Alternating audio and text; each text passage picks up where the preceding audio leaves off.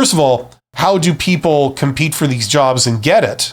The number one thing that people want, first of all, they want someone qualified.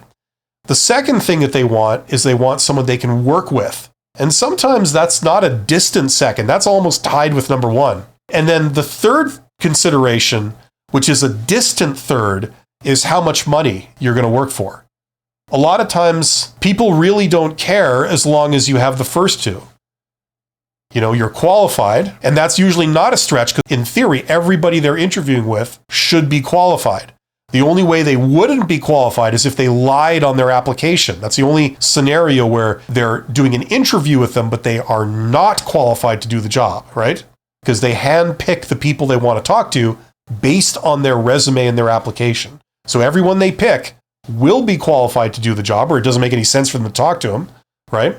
So the first condition is met. The second one is, do they work well with them? Do they like them? That's the big question mark.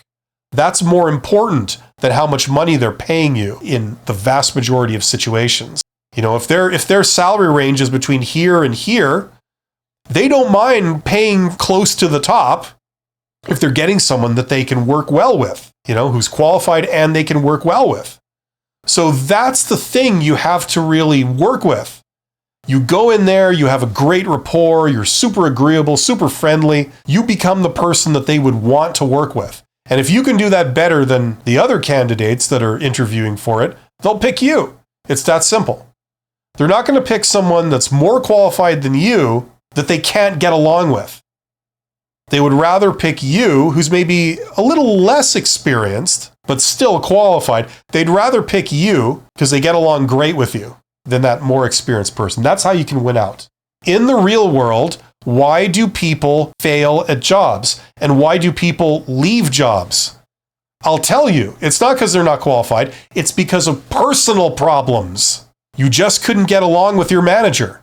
You just had a problem with the work that they were giving you. It's not that you weren't qualified to do it. It's that you just refused to do what they asked you for some personal reason.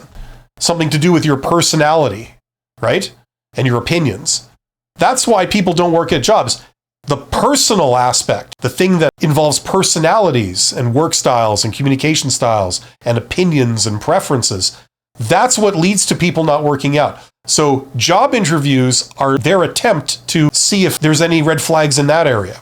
And if you go in there and you have a lot of rapport with them, you can easily get hired over people that have a lot more qualifications than you, right? You meet the minimum, but they have more.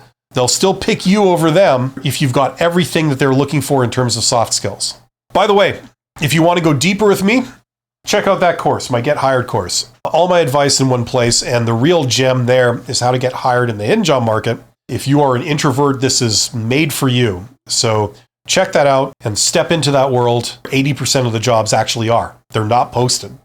Okay, this is how you find them, this is how you get them. Other things I have that can help is this. We're just talking about soft skills, stuff like that. Check out this course called Write Like a Professional. It's about communication skills. Everything I learned about communication skills from when I started my career as a supervisor to when I ended it as a CEO, I put into that course.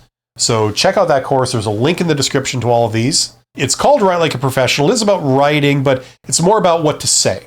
Okay? So if you want to be considered for management type positions, if you want to be seen as a contender for those, check that out. That will really help you. If you want to learn business, check that out. Business is the scientific study of how to make money. That's what it is. So as you can imagine, that's pretty useful on multiple different levels. Check that out. Best bang for the buck anywhere. All of these links in the description, and I've done videos describing these courses, so it's as transparent as possible.